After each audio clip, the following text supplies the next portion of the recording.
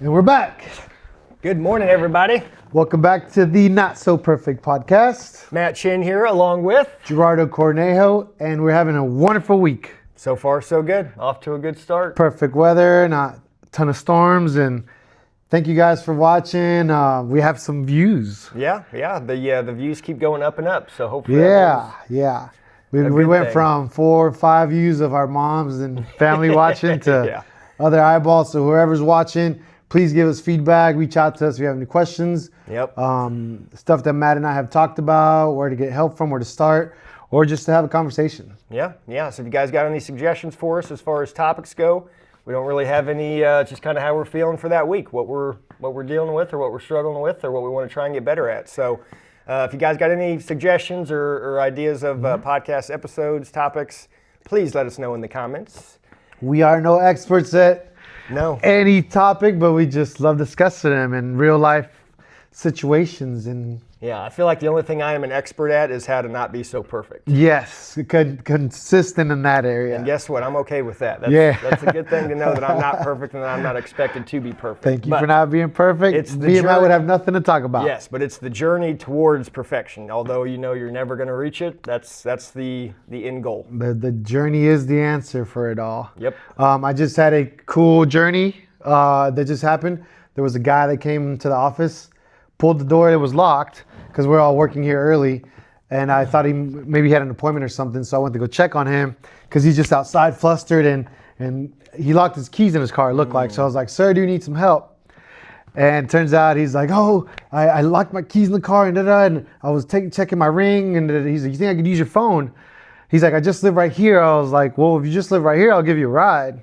He's like, I got my spare there. I just need to go get it. I was like, I'll give you a ride. Is that why our podcast started about 8 minutes That's why we're 8 minutes late today. Okay, well. So, Mr. Mike. The only excuse is for good cause. The good deed of the day. I said, get in my car. Older gentleman. We're driving in, and he's like, I can't really talk with you. So he pulls out his teeth so he can start talking better. So now I can understand him better. We pull up to the retirement apartments or the senior apartments. I pull over. He's like, the elevator's slow, so I'm gonna hurry up as fast as I can. Goes in, comes back. He's out of breath. And we make it back, and hopefully his situation works out. He had just got a haircut. He's flustered, stressed out about he has court tomorrow. And Michael, thanks for brightening my morning. Good luck to you tomorrow. But we made it back to the office. Keys open, his spare keys open the car.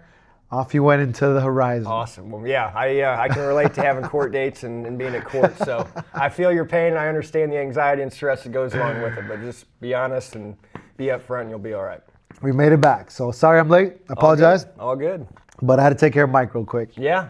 Well, you're one good deed ahead of me this morning. I need to get after it. Yep. Well, we were discussing what else we could talk about in business. Small business is the biggest part of our life. Yeah. Yep. And let's talk.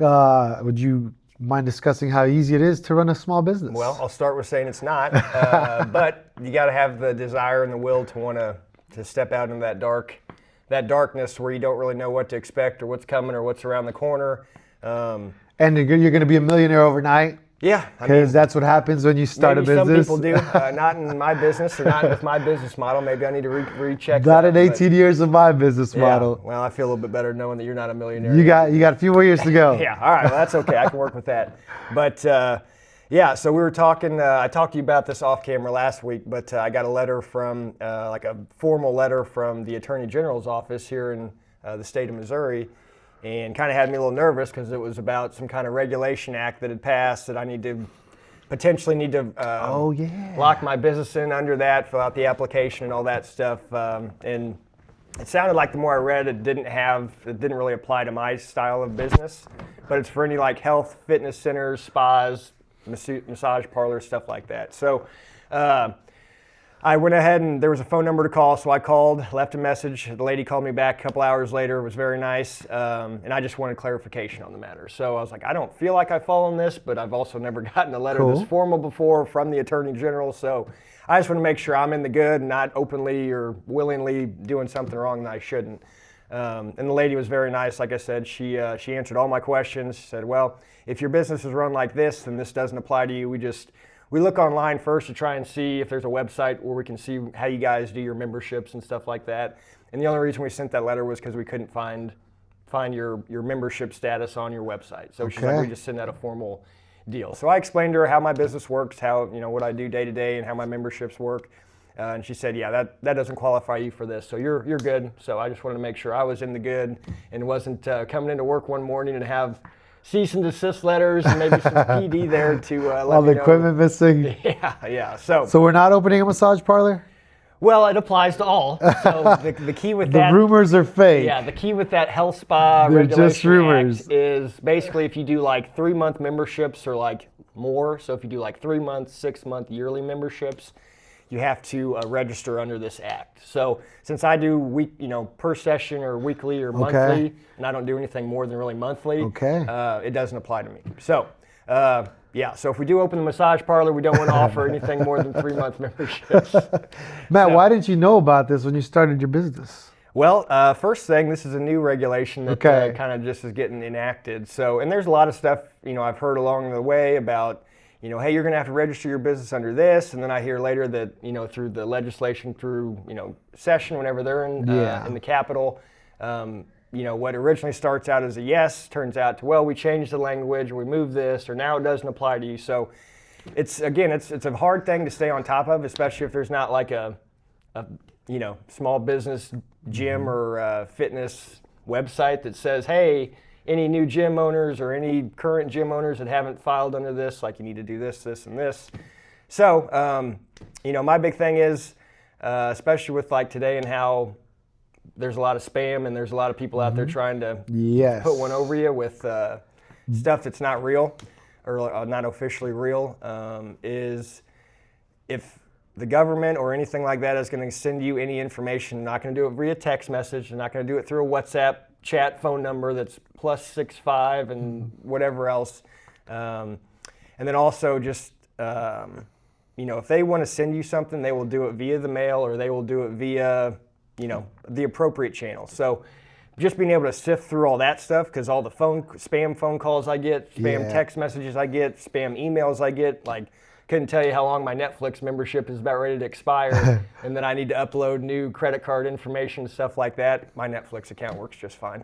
So again, it's just kind of deciphering what seems fishy, what smells funny, and kind of just deciphering that. But in terms of like any stuff like that, they will send you a certified document that's notarized. Make sure it's certified. But then you calling and just figuring out, is this real or not? It's that simple. Well, and then on the letterhead, whenever I see a state office phone number with the correct area code, that pretty official. That seems to make sense. And then I actually talked to a person that was real, and she gave me all the answers I needed to. Wasn't asking for credit card information, debit card information, checking account information, none of that over the phone. So, so that's kind of my first step into sifting through all the, I guess, red tape, you want to call it? Yeah, because you're never going to know everything right off the bat. And I remember guys... when there's not a class, you can go sit down like, oh, you want to be a first-time small business owner? Well, I went to business school. Take this 6-week class. Yeah, I went to business school at Lincoln. My college experience was more networking. I still talk to my professors to this day. We text each other, and I graduated 2007. And we're still in communication, but... I went into real estate because it was the quickest way for me to be an independent contractor / start your own business. Be in business by yourself. Of course, I had a broker that was a mentor of mine, a coach of mine. But the mistakes till this day, I'm always learning. Every day we're learning something new. No matter how much college you have, no matter how many books you've read, I remember hearing the quote, fail fast. The bigger you want to get, you got to fail faster. I was like, I'm a new business. I can't fail. Like my life depends on it. My wife's car payment depends on it. Insurance depends on it. Like I can't fail until I realize like you're not going to know everything. Right. That's kind of what it felt like. You didn't really fail, but like you just didn't know. Yeah, there's new stuff I learned. Like you just said, there's my goal every day is to learn something new. And usually that comes through failure in some way, shape, or form. And that's okay. I used to be stuck in that loop of, oh my gosh, I'm not perfect. Like I need to punish myself and I need to do this and I need to do that and I need to be better and this and that. Well, the only way I get better personally is through failure, through experience, falling down, picking yourself up, dusting off. All right, what did I do wrong there? What worked? What didn't work? What do I need to do different next time so I don't run into the same problem over and over and over again? Failure is part of life. You're gonna always fail in some aspect, whether it be with your spouse or with your whatever, doing a home renovation or something like that. You're gonna make mistakes, and that's okay. That's how we learn. But if you're making the same mistakes over and over again, that's a good indicator that you're not growing. You're not learning from those mistakes. You're just still beating your head against the same spot on the wall, still getting the same result. So for me, that's kind of the motto. Just correct yourself after you make your mistake. What did you do right? What did you do wrong? Clean it up. Next time you experience that, you're already knowing what to expect. You've already been through this before, and you can handle it appropriately. So can business be fun without being profitable? I mean, I think that just depends on the attitude you bring to work every day. If you go to work. Yeah, or your definition of profit, I guess, right? Yeah, well, I mean, here's the deal. That's part of the small business when you get out doing that. You can't, if I was going to start off with just charging people $5 for an hour session, like there's not enough hours in the day for me to make ends meet. Yeah. So, that's part of the, where's your profit margin at? Where's your break-even point? How much money do you have to make every month to get all your bills paid, make sure you're not living on the street, still have gas for the vehicle to get to and from work? And that's kind of where I started. I was like, all right, what's my break-even point? So that goes back to my personal budget at home. What do I need to make every month to be okay, to be safe? But this is the difference with me doing this business now as opposed to almost 6 years ago whenever I was still drinking was, I came whenever I reopened here, the goal wasn't to make as much money as possible. The goal was to do something I love, to make a good living that I can survive off of, and then we'll go from there, And the first year I had, I had very low rates in terms of I just wanted volume as opposed to 5 clients that would pay all my bills. I wanted to stay busy because I don't do well with, hey, if I just have 5 hours a week of clients and that takes care of my whole, monetary requirements for the month, whether it be at home, keeping this place, the lights on here. It's just one of those things that you got to be very disciplined and knowing what you want to do. Now, after my first year and I had growth and I got established and kind of had my name out there, I did a price increase, But what I did was I kept it where the people that were with me from the beginning, they were grandfathered in at that price, So it's just part of the deal. And it seems and your to be working system pretty got well. better too. It's not like they're paying more and then being mediocre. Correct. Yes. I mean, and again, even just being here, even though I had the gym before I opened up here, I was not perfect then, and I'm not perfect now, and I've learned more today. I know more today than I did, how many years ago whenever I reopened. So that's just the mindset you got to have. You got to be okay with falling down. You got to be okay with brushing off, and you got to be okay with learning from what happened and how to improve on that. And by doing that every day, 365 days a year, I've gotten better. I've gotten a little bit more crisp. I've gotten a little bit more smoother in how I deliver, how I perform for my clients, and again, just reinforcing that the expectations are the expectations. I can't be the motivator to get you through the whole hour. I can help. Yeah. But you have to be ready, willing, and able to come in here and be ready to sweat for 60 minutes, or ready to push yourself to a limit you that you didn't know maybe you had. Because a lot of that for these new clients, they've never pushed themselves into that deep water. They may have gotten close, but then the mind kicks in and tells you, well, this isn't comfortable. We need to get back to the shallow end. So for me, it's one of those things where, now I have clients, like even yesterday, I had people we did a few different weights and different exercises where, when this one in particular person started with me about probably 4 months ago, was only able to bench press with a barbell, not even 135 pounds. And over the course of the last couple weeks, we've been revisiting each of those every week. And, from where he started to where we're at now, he's up like 30 pounds on his bench press, which in 3 months is a big jump. Yeah, right there. Yeah. So not only is it something they can see on paper, but they're seeing it happen in real time. Progress. You know, and it's like, oh, you know, you see them get done with those 10 reps of 145-pound bench press, getting up with a big smile on their face because that's the most they'd ever bench press before in their life. And that's huge. Those records. So again, not just reinforcing them that they're doing good, but when they can see the proof in the pudding, in the workouts, like, hey, you remember day one, we couldn't even do 125 pounds on there. Now you're pushing 145 around for 4 sets, for 5 sets. You know, you're doing that over and over again. And that's also the same in like business growth, you know, like, there's a lot of oh my, I got $20 more this month than last month. Yeah, there's a lot of I similarities. got 2 more clients this year than last year. There's a lot of similarities between working out and life. Yeah. You know, running and life. You know, there's gonna be times where you might be cramping. There's gonna be times where it's super hot and it's not comfortable to go run for an hour in, you know, 90+ degree weather with 100% humidity. It sucks.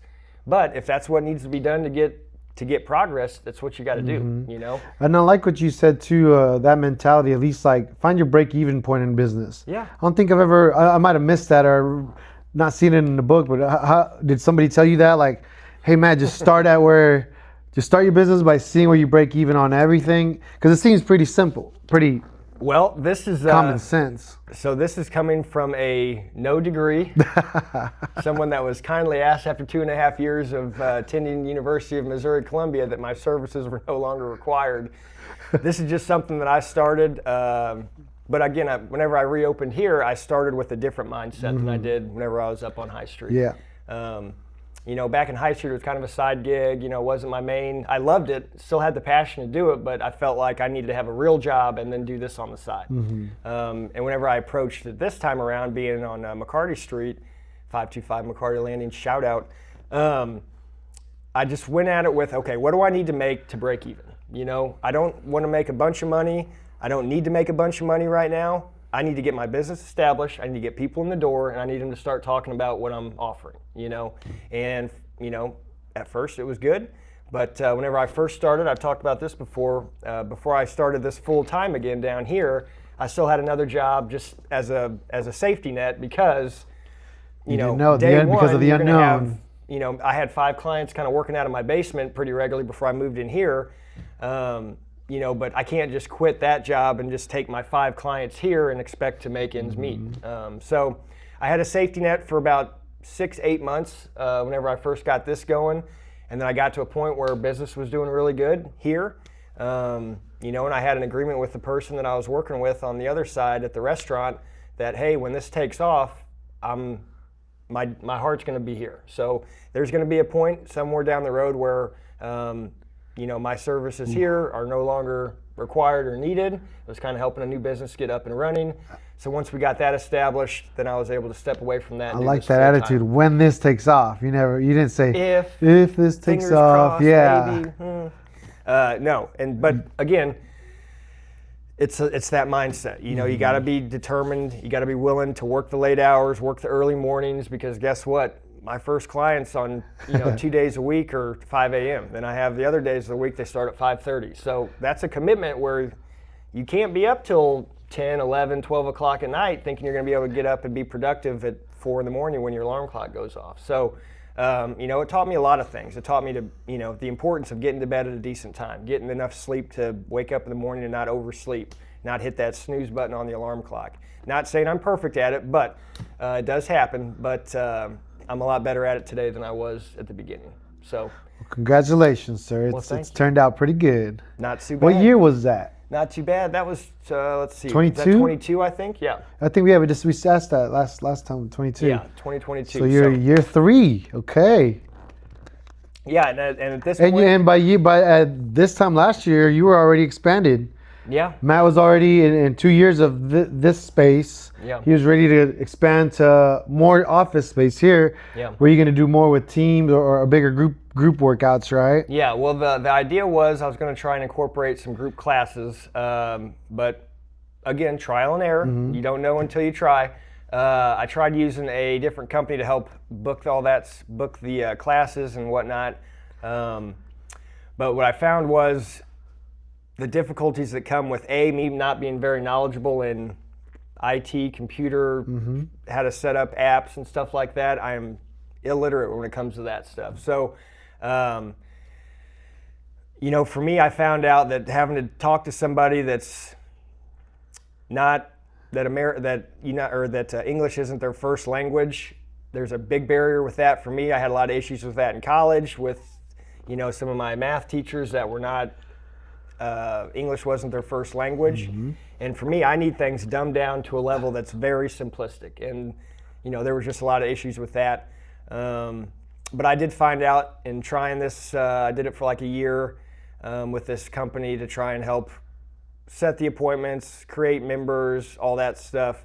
It wasn't the right fit for how my business runs. So we had issues there, had hiccups, and tried going back in and fixing some things and correcting it, but ultimately it just didn't work out. So, consider that a loss, but I learned a lot. I learned and gained a lot of information on that, on how, if I ever revisit this avenue again, I need to look for somebody more local, someone that I can meet in person, that can explain things to me on a level that is more understandable to my vocabulary. Mm-hmm. So that's important to me, but like I said, you don't know unless you take these risks. And was it one that was going to be, well, if this doesn't work out, you're really going to be having to pick up a lot of extra work, a lot of extra hours, a lot of extra clients to make up for that loss? It wasn't, but it was worked into my budget already. Can I afford this whenever I made that decision? And the answer was yes. That's a huge decision you made. It is, yeah, because it's that risk, and it's in an area that I'm not super familiar with in terms of how to set up an app and how to get it to run properly and how to get it to work the way I need it to. So for me, it was just another experiment, another trial and error. So through that, I learned a lot, but it didn't pan out the way I wanted it to, but everything else is still good, So it's just back to the drawing board and see if there's another easier way to go about doing that. So I wish someone would have told me, like, read the business books, read them all, or read the ones you need to, the ones that are recommended, but do it your way. Yeah. And I didn't figure that out till later in life. Like, that book was written because that's the way they did it. Well, I think that's what worked for them. That's what worked for them. We feel like everything's cookie cutter, where it's all got to be done just the way that the author follow of this. This is the answer. Follow this. Like the E-Myth has 17 different versions now, or the 4-hour work week doesn't work for. He wrote that in 2007. Yeah, life. So life has changed a little bit since 2007. And I work with my team age is 20s. Mm-hmm. It's younger folks, and my first conversation with them is, are you here just for getting commissions and making money because of what you've seen on TV, or are you ready to start a business because you're not going to be profitable between 3 to 5 years from now? So then I get to see where their mentality's at. Mm-hmm. No, I'm going to come in here and I'm going to soak it all up and do it for the long term. Because real estate license, when you get your real estate license, now our focus here is you're going to become a real estate investor, and you're going to invest in real estate. You're going to do whatever it takes, because that's what I can teach. That's what's worked for me in real estate wise. And everybody ends up buying a house anyways. Mm-hmm. You shouldn't. And the benefits of long-term real estate ownership. I mean, how long have you owned your house? Since I was 24, so 16 years. So 5 years? You've owned it for 5 years? No. You definitely have equity in that. I don't think you'll ever sell that house. You can turn it into a rental, and that's kind of like the conversations we end up having with our clients, because that is a great investing long-term venue, or one of your eggs in your basket, however they want to call. Yeah. Investing wise, but teaching business and long-term entrepreneurship to young entrepreneurs with a different mentality, it's tough. I can imagine. It's tough having those conversations, because they want the immediate, everything's immediate now in their instant gratification. Yeah, in their generation, instant gratification. But it's just a long interview process. I have to have more interviews. Finally get the right mentality. Bashi, shout out to Bashi. I met him before he graduated high school. He had scholarships to go to college, and he decided to skip out on college. He's like, I'm just going to go all in. I believe what you're saying. I believe what you've shown me. Because that's my, again, show me state. Missouri was something I was like, well, that's dumb. Like, you have to have somebody show you but now I get it. Yeah. So showed Bashi the experiences. He shook the hands. I put him in the rooms, and he was like, I don't have to go into college yet, and I can just start. Yeah. Boom. He's a huge real estate investor now. and it's worked out for him. Yeah. Well, but again, it didn't work out exactly how we said it would. Yeah. Well, and the other thing too, like what you were talking about my house, having it for 16 years, if you would ask me this question whenever I was 24 and I just bought it, I was scared shitless. I mean, thank God my dad was like, you need to buy this house. And I'm like, Dad, I don't even know if I can make ends meet. You know, I was working as a personal trainer at a gym here in town, and it's like, I wasn't getting rich anytime quick. You know, it was one of those things where I could work all day, every day, all the hours, and still just be scraping by. So, you know, thank God for him that he, you know, kept that pressure on me to do that, because, you know, like you said, all the equity that I built up in those 16 years, I mean, whether I was ready for it or not, you know, it's kind of like what we talked about with being a parent. Like, there's no guidebook on how to do this the right way, the wrong way. Like, it's just kind of trial and error on what works and what doesn't. But I will say that just having that, you know, that mortgage payment every month, you know, that was motivating to me to get my ass into work and to get those hours in so I could make ends meet and keep that house and do all that stuff. But it was very stressful initially, you know, while I was still young and trying to build up clientele at that gym I was working at. You know, a lot of phone calls, my mom late at night, like, I don't know how I'm going to do this. I don't know where, you know, I don't know where I'm going to get the money to do this. I don't know where I'm going to get, you know, I'm trying to do the math in my head and it's not adding up, you know. So, you know, just having people by your side to help hold your hand through these early stages, because, you know, you think it's a big mess and then the first major appliance goes out, you know, the first day your refrigerator goes out. And being a homeowner, like, that's a huge purchase, like, your basement that I didn't have. You know what I mean? For a new $600 refrigerator or a new whatever. You know, but instead of buying brand new appliances, I'd go to a resell it, you know, washer, dryer, refrigerator, stuff like that. And that's what I had to do. And I still do that, you know. And personally, I feel like the same washer, dryer I bought 15 years ago, they're still kicking like a charm, and they were not new then and they're not new now, you know. So I mean, it's one of those things where the older stuff seems to last a little bit longer. So, you know, if you guys are, the need for those new appliances and all the shiny stuff, like the TV on the fridge doesn't keep your necessary, food any cooler. Is it just an extra want that you would like to have? So, you know, when you start out and you're counting, you're pinching pennies and you're counting the budget every week or every month, you know, you're going to have to just take that lower road and get something that's reused or refurbished or whatever. But, you know, those are important things to me in that early stage of homeownership, you know, because for me, I wasn't married, so there wasn't two incomes, there wasn't, you know, it was just me.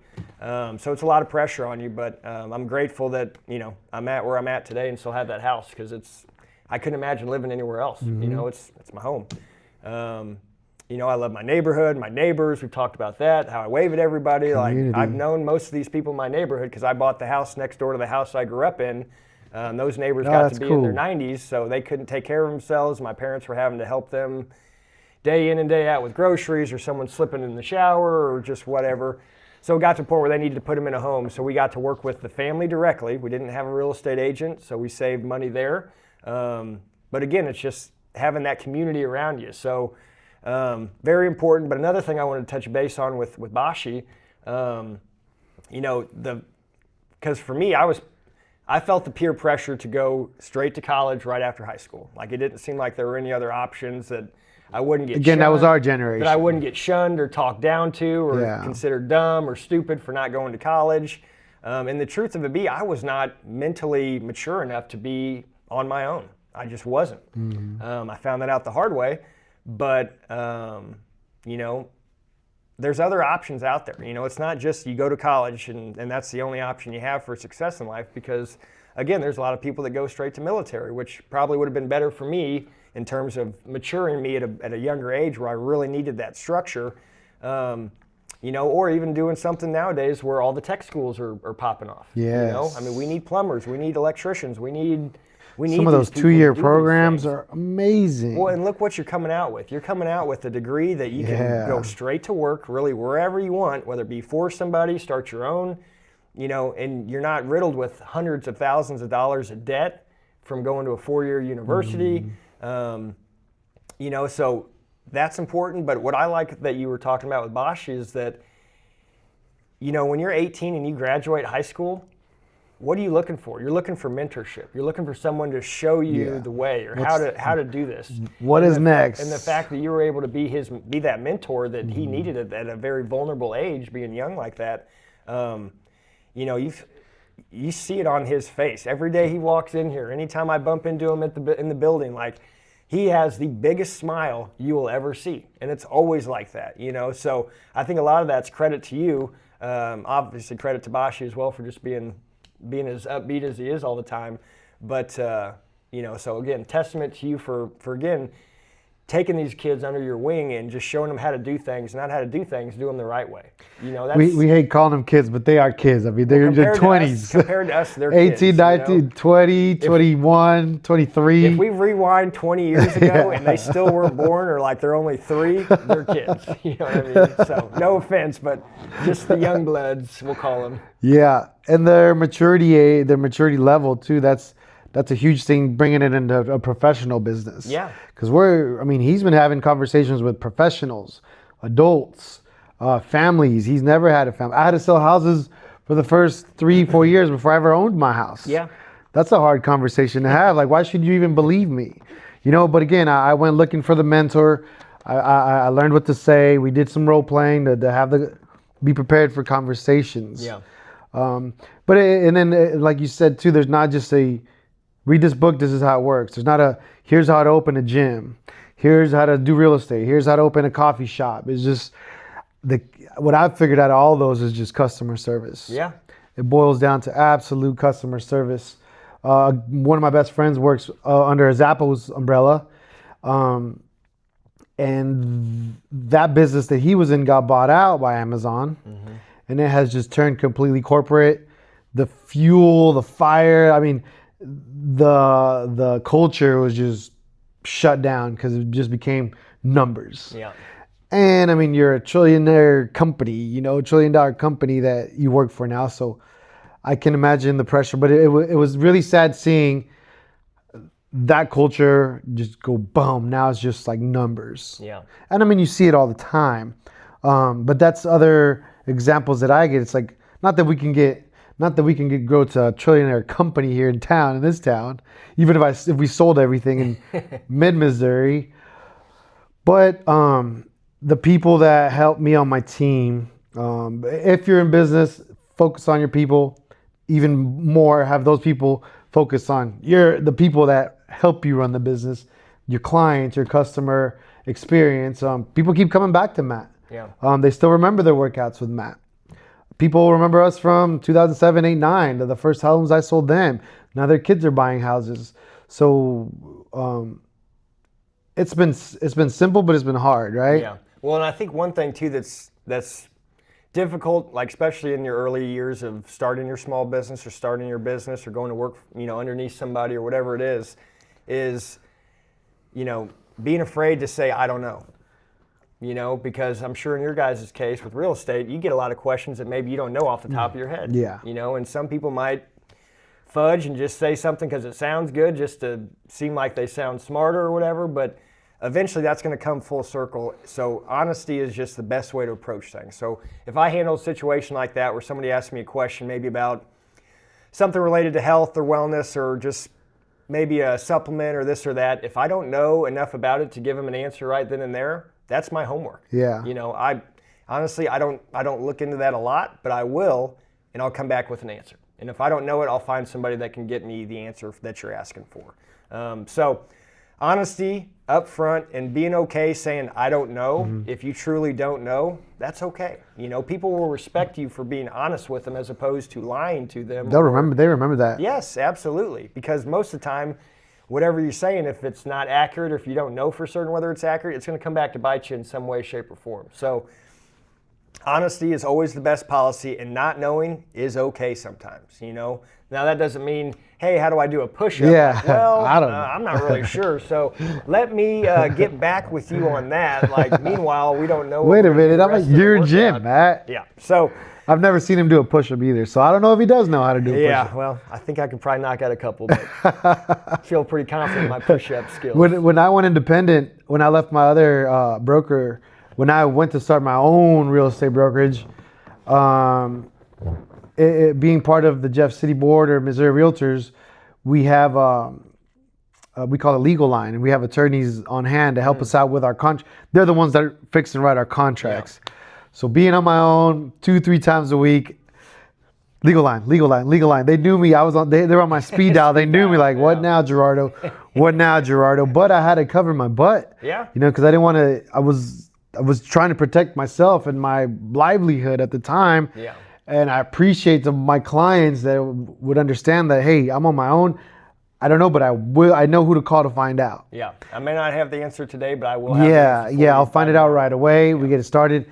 And now where we're at with DXP Realty, we have the world at our fingertips with realtors and brokers of any questions. If I have a question about a contract in Hungary, or in Netherlands or anywhere across the world, we have help there. So that's how far along we've come as far as having someone having our back and trying not to build a business all on your own based on how much of an expert you are and winging it. Yeah, it sounds like a little bit of that cover your ass mentality. Cover your ass. That is what the broker license is all about. Yeah. A lot of people try to pass the real estate test, the national and state.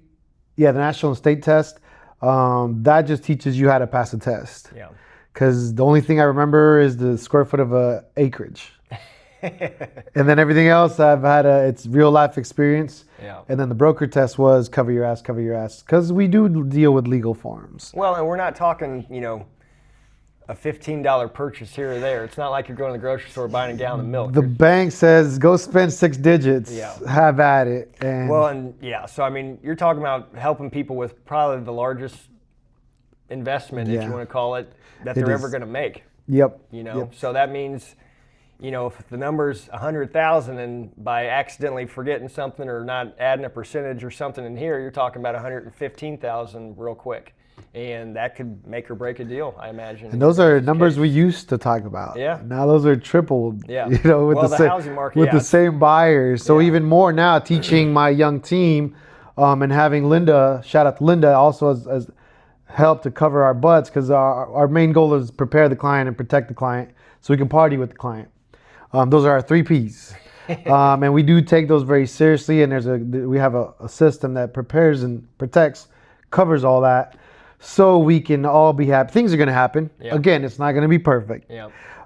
We might make a mistake here or there, forget about a refrigerator, forget about a drain, or forget something. But we do have a system to at least get us to 99% perfection. Mm-hmm. But that 1% is just as huge. It can be just as huge. Yeah, it can make a big difference probably in the contracts. So do you continue to read books about business, or do you listen to business podcasts? Yeah, so probably the best fitness author that I read is Alex Hormozi. Mm-hmm. He's got his book Gym Fails is one of the better fitness gym owner, small business gym owner manual that's out there. And this dude, he is beyond so smart, and just the way he talks and how fast he just spits out these facts.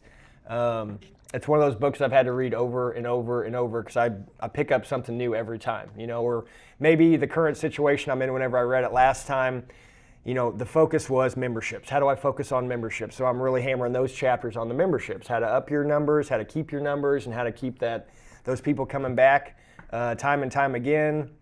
And not just that, but he breaks it down from a profit margin, break-even point standpoint. So he's throwing in, there's math equations in there that he's throwing in that, again, I'm not super business savvy when it comes to the educational aspect of it, sitting down, reading the textbooks, passing the tests,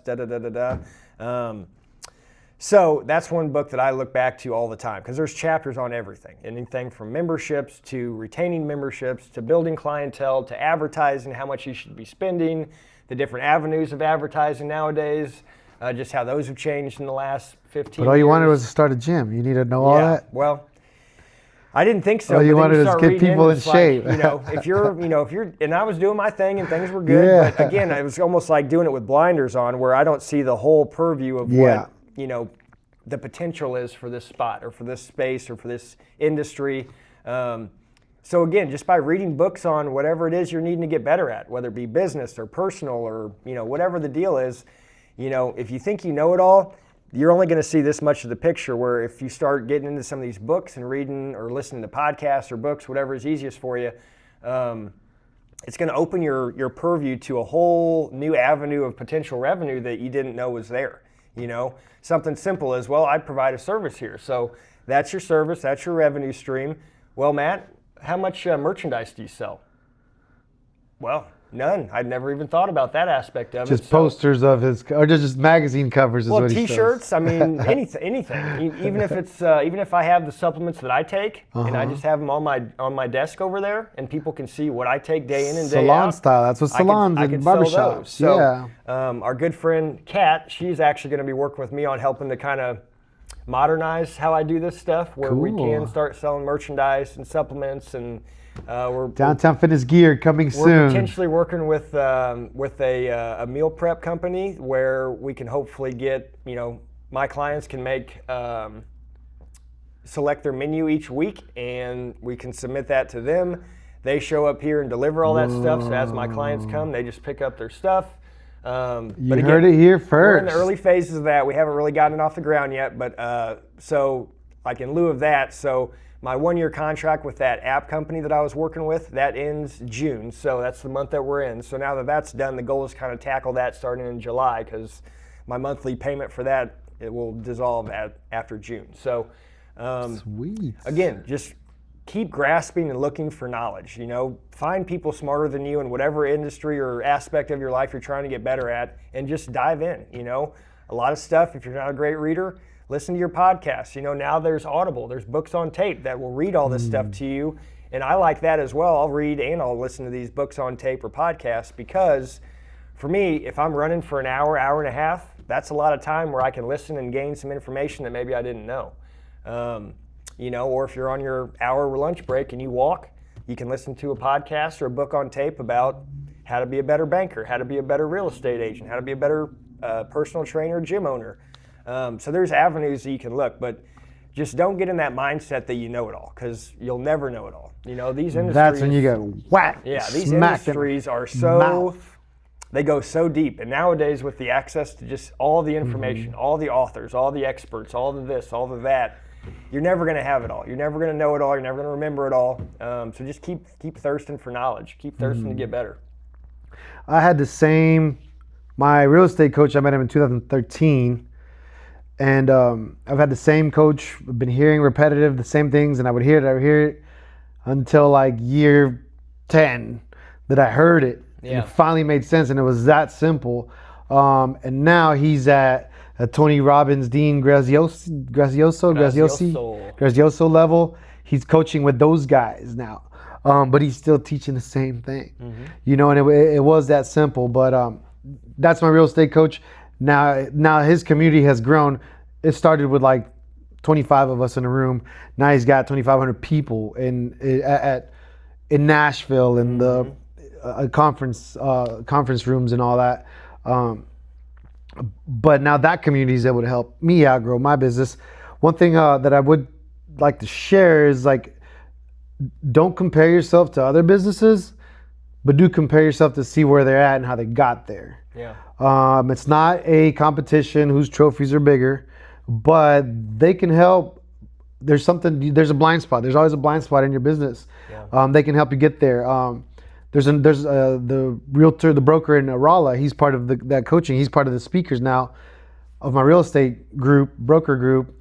They're at 800 homes a year, in Raleigh. And Raleigh's not that much bigger than Jeff City, I don't think. Yeah. But they do have a couple colleges there, or just one college? There's UMR, and then there's a tech school there, ain't there? Or is that the tech school? No, Raleigh's not the tech school. That's the engineering school. That's where my brother graduated from. But he's up to 800 homes a year, and we're trying to get to 100 homes a year, So that's a person I go to for advice, and still read the books, the podcasts, and all that. Those all help, but the secret is just keeping it simple. Yeah. Simple for me is good. I can complicate a wet paper bag. So, simple is easy for me, and simple is better for me. You can complicate a wet paper bag. Absolutely. I've never heard I can that. overcomplicate. You can. Yeah. You Yep, will be so- overthinking. If you're an entrepreneur and you overthink, that you're on the right track. Yeah, but again, there's stuff I see on social media from different gyms, whether they be local or mainstream or national gyms or corporate gyms, whatever. Even just in the sense of how they're advertising, or maybe they're doing a different type of advertising, or maybe they're offering some different specials that I never thought of before that could be beneficial to how I run my business. Now that doesn't mean I got to cookie cut everything they do, but I can maybe take an idea and wrap it around how my business plan works, and maybe it's a successful thing, or maybe it's not. And if it's not, then I can try it, eliminate it, look for the next thing. But the big thing is just trying not to do too much at one time. Just take an idea, run with it, as opposed to applying 30 different ideas all at one time. All the shiny objects. Because it's hard to determine what's working, what's not. You can't. It's very hard to kind of eliminate, where your downfalls might be coming from. Introducing all these new ideas and theories without having a test run to see. Well, how about we do these one at a time and just see what works, and if it doesn't, we can eliminate it, add the next one in. If that works, great, we'll keep it. And so on and so forth. So it's kind of the same. Business is the same as fitness. All right, Matt. I ran every day this week 2 miles, and I'm not down 20 pounds. What's it going to take? Well, there's a lot of aspects to that, Because so then on the sales side, hey, I made 550 calls. I've called everybody in Jeff City this week. Okay, now do that for the next 3 years, and then give me a result. Yeah. Well, so let's just take your fitness example. You're running 2 miles a day for the 7 days. You did 14 miles this week, and I've gained 2 pounds. Okay. Well, what that tells me is we need to look at what else you're doing. Okay. So those 2 miles maybe take you 30, 45 minutes, however long it takes you to run those. All right. But then as soon as you get done, you're up at Eris Pizza Buffet, making your 6th trip through the line. Or buying sugar. Well, your 4-ounce coffee that you got there is not really that's not going to be where your 2 pounds is coming from. But generally it's coming from overeating, or, well, I did all this work, so I'm entitled to all this food because I got to stay, I got to keep the calories going so I can. 2 miles is not as much of an accomplishment as it is. It doesn't give you the excuse to just throw everything else off the rails. All right, donuts this morning, and then we got to do lunch at Eris Buffet, and then we're going to do dinner at your favorite Mexican restaurant that you guys like to go to. It's like you're eating out 3 different times in one day. That's not good for anybody. That's expensive too. And super That's bad for expensive. business. Yeah. So, with that, it's one of those deals where, everything in moderation, in terms of how you're eating, how you're fueling, how you're working out, how you're running. It's a great comparison to how life is. It's not just, well, I run 30 miles a day, but you don't do any weight training, and now you got back pain, and now you got hip issues with your legs and stuff because you're putting on so many miles. Like, you got to be able to run, but you also got to be strong, and you also got to be flexible. You got to stretch, all these things. You got to be doing a hot yoga class where you're able to really get your body to stretch after doing all those miles. And, and then comes the diet. You have to be very strict in your diet because think of it as your car. If you're putting in crummy gas, that's the output you're going to get from your vehicle. If you're putting in high octane, very clean fuel, you're going to have a lot better output from your vehicle. So that jet ain't flying on 87. If you're going 7 years before your next oil change, you're going to have a lot of problems in between now and those 7 years. And it's probably going to wind up costing you a lot more in the long run because if you just take care of things one day at a time, as opposed to, I'm so busy I can only work out 2 days a week, but on those 2 days I do 6 hours of running and lifting weights and all this and that. It's going to be a lot easier on your life if you just spread that out over, instead of 6 hours, just hour a day, or hour and a half a day, or whatever it is. And I think it's okay to tailor. It's okay to do it your way.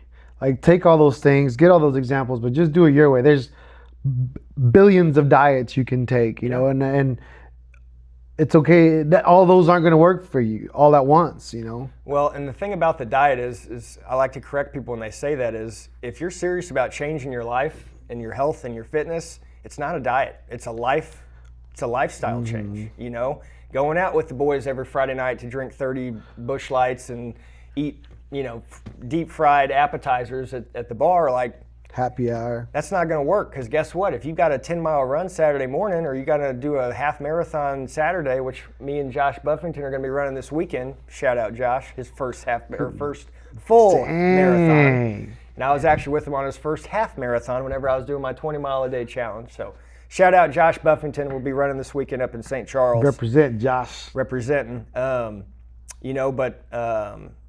It's important to just make sure you're taking care of yourself. And what you said about, what did you just say about the... Just doing it your way? Doing it your way, yes.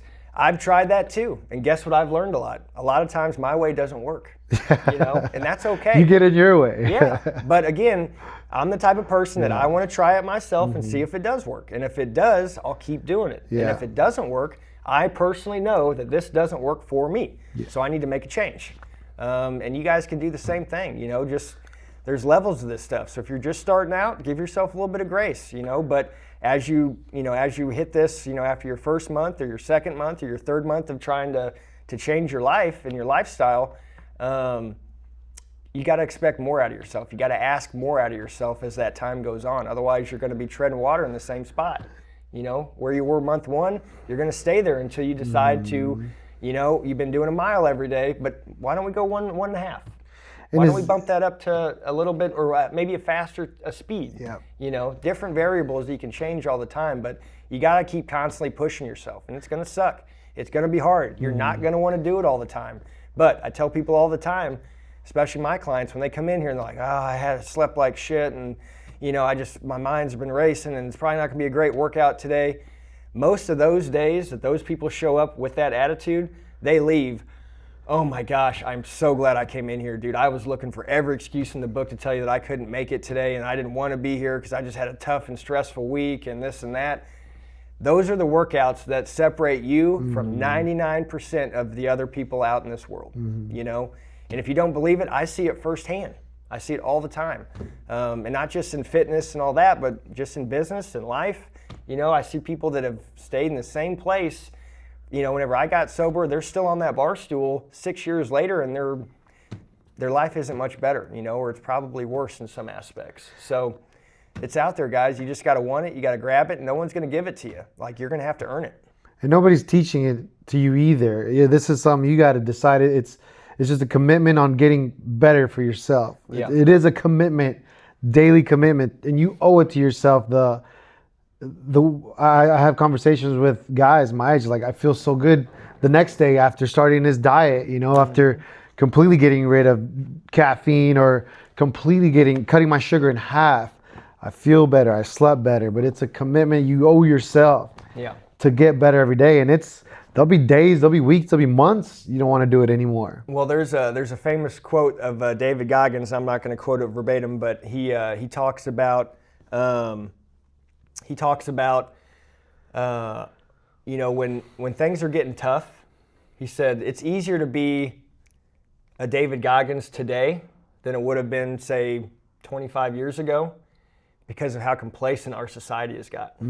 He said, so, back in the day when there wasn't a whole lot of social media and this and that, these, people were going to work every day, busting their ass, doing their thing and getting it done, and it wasn't to try and improve or impress the masses of social media, but it was to provide for their family, to try and provide a better or a better future for their kids than what they had growing up, And but anyways, he talks about how it's easier to be undeniable today because the rest of society has become so complacent, So it's easier to be that 99%, that top 1% today, because so much of that bar has been lowered over the conveniences of life that we have today. And I want to dedicate this episode or this podcast, this one, to all those small business owners, entrepreneurs, just committing to trying to leave something better, do something better daily. And it takes everything you got. It's going to take everything you got every day. Yeah. And don't be afraid to talk to your peers that are in similar businesses, similar industries, because as much as you might be embarrassed to ask, another restaurant owner, hey, what do you guys do about this issue, they were those business owners that you're asking were probably in that same place at some point in their journey when they first started, when they first opened up or whatever it is. So don't be afraid to ask people in your industry how they handle different situations, You might have some owners that won't tell you anything because they feel like they're gatekeeping or whatever, but there are no secrets. Majority of the small business owners and other business owners will be willing to help. You just got to do it in a respectful manner and, respect their time because they're all busy people. But I found that a lot of people, I can just reach out and ask other trainers and other stuff like this, hey, how do you handle these different issues? And I've never had a bad experience with it. Maybe one or two, but for the majority of it, most people are willing to go above and beyond, to help another small business succeed. You would be surprised. That was an incredible part of my community. The people that have achieved a lifetime, that deserve a lifetime achievement award, pretty much, at the levels of business they've created. No secrets. They just opened up. Yeah. They didn't lie. They just told me how it is. Of course, they understand that it's not a competition, and there's enough for everyone. Yeah, there's enough to go around. In this small town, the next small town, the next big town, there is enough for everyone, because you don't know what community's out there looking for you, what audience is out there looking for you. To grow a business, I think I read you really just need to focus on 100 people to stay in business. Yeah. Yeah, and I mean that's you don't need 1,000. Do you need 1,000 memberships by today? Yeah, I don't have 1,000 hours available. Yeah. You know what I mean? So that's think within your realm of what you can actually handle. Like, yeah, it'd be great to have, say you have 1 million personal training clients, but there's not enough hours in the day to get that many people in here. I wouldn't have him here if he did. Yeah. But just speaking of shout outs and just mentors that I had, Rob Agee, the previous owner of Madison's Cafe, he was a huge mentor to me in my life, and at a very crucial time. I started working for him a couple months before I got my last DWI, which was my 4th. And, first thought I had was, well, I'm fired. What have I shown this guy in the 2 months of working here is that I can't really be trusted with much. So get in trouble after 2 months, and then I'm gone for 28 days at rehab, so that's a big ask right there. And I remember getting out of rehab and getting back to, I had to call him and set up a meeting to meet with him and his wife, Julie, rest in peace, dear. And, I had to walk in there with my hat in hand, my head low, and, I wasn't expecting to have a job, but I did want to thank him for the opportunity and the time that him and his wife gave me to try and show them what I had. Now, where that conversation went was, one of my best friends was also one of the managers there, and he basically vouched for me.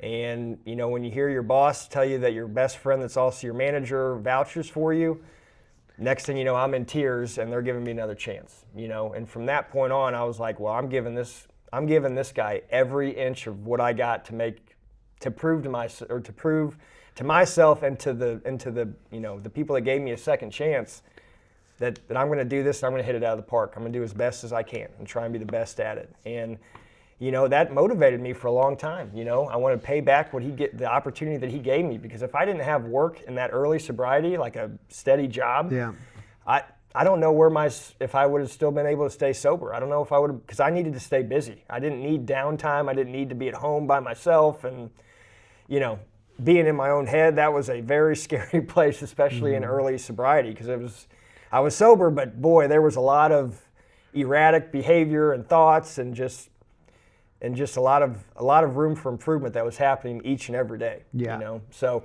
shout out Rob Agee, love you, big guy. But yeah, find a mentor, find someone that you can learn from. Thank you, entrepreneurs too. You're giving people a chance, because that's what it's all about, just helping people. Yeah, and that's what we're here to do. Yeah. So.